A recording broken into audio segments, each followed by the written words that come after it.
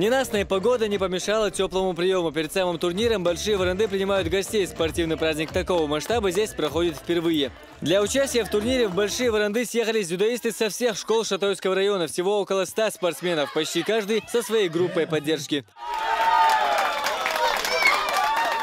Алха Исраилов занимается дзюдо всего 1 год. Это его первое выступление на татами. Тренер возлагает на него большие надежды. Оказалось, не зря. Дебют в спортивной карьере завершился победой. Соперник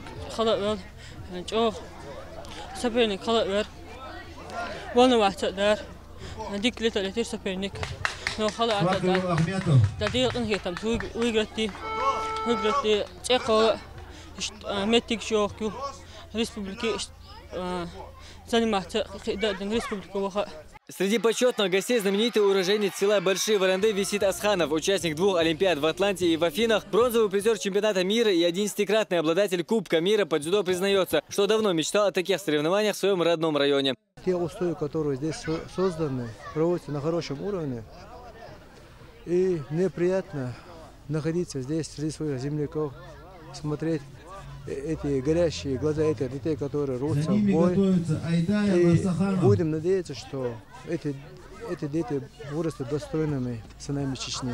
Турнир по дзюдо среди учащихся школ в Шатойском районе прошел впервые, но, как отмечают организаторы, эти соревнования станут ежегодными. Хамзат Аюбов, Магомед Ламаркаев, Юнади Шалаев, Тамерлан Арсанукаев. Новости.